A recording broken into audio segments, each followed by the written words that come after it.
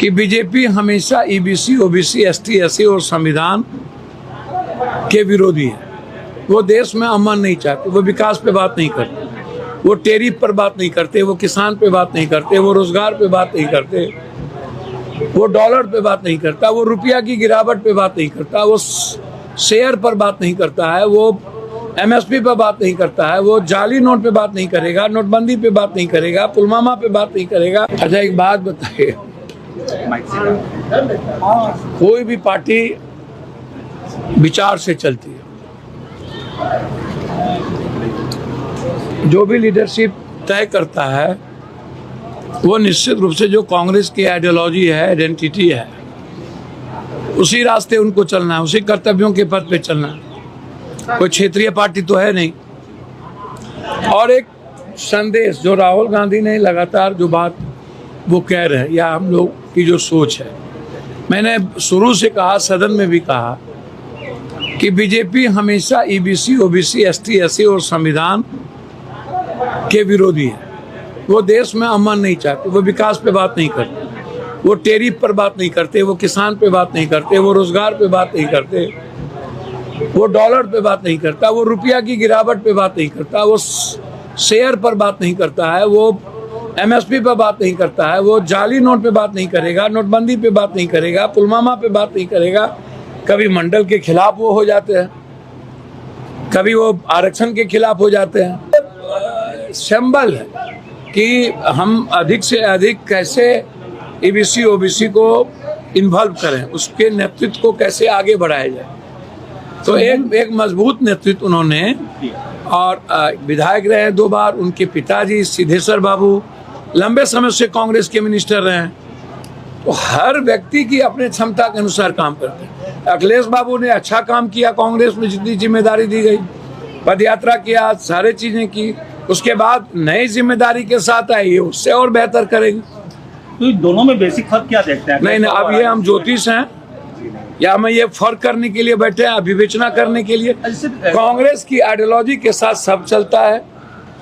अपने अपने तरीके से 2 टीचर होते हैं, कोई साइंस को अपने तरीके से पढ़ाता है, कोई अपने तरीके से पढ़ाता है। लेकिन सियासी गलियारे में इस बात की काफी चर्चा है कि अखिलेश सिंह कांग्रेस ज्यादा राजद के प्रभाव में थे। देखिए एक बात समझिए, जब आप किसी को सामने लाते हैं तो गठबंधन के आधार पर कोई न कोई बीच को संतुलित बनाता है।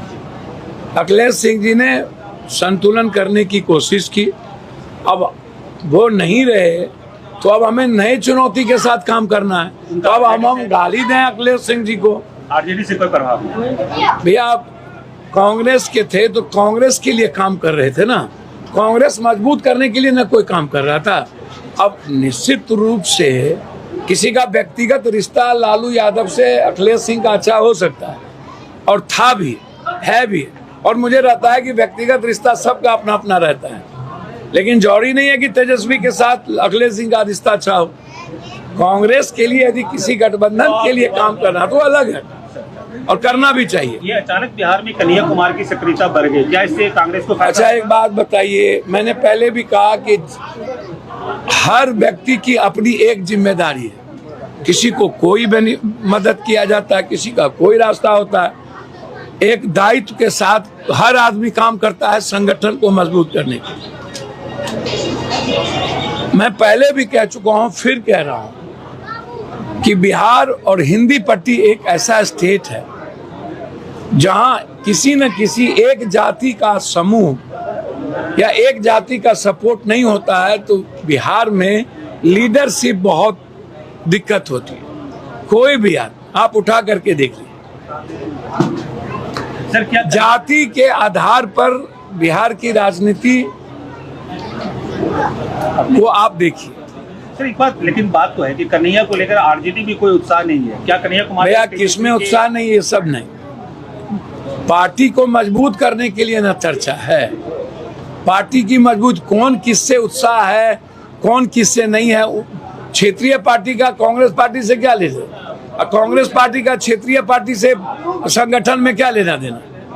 तो काम कांग्रेस के वर्कर को करना है, कांग्रेस के लीडरशिप को करना है, उसमें हसुआ के बिहार में खुरपी बराती है कहाँ से? लेकिन सर सामने बिहार में चुनाव है, गठबंधन है आपका आरजेडी के साथ में, तो क्या कन्हैया कुमार तेजस्वी के लीडरशिप में काम करे? भैया मुझे नहीं पता, ना मैं कांग्रेस का कोई प्रवक्ता हूँ ना क्या हूँ। मैं पहले भी कह चुका हूँ, फिर मेरा मानना है बिहार में ईबीसी, ओबीसी, एसटी, एससी और ऊंची जात जो परंपरागत वोट है कांग्रेस को उन्हें वापस करना ही चाहिए। माइनॉरिटीज के वोट की पूरा सिलेंडर है, दलित का वोट हमारी आइडियोलॉजी के साथ है। तो यदि आप ऊंची जात और अन्य वर्गों को परंपरागत वोट कांग्रेस का बनाना चाहते हैं तो आपको कांग्रेस को मजबूत करना पड़ेगा, कांग्रेस के संगठन को मजबूत करना पड़ेगा। गठबंधन अलग पार्ट है, नेतृत्व जल्दीबाजी में नहीं हो सकता।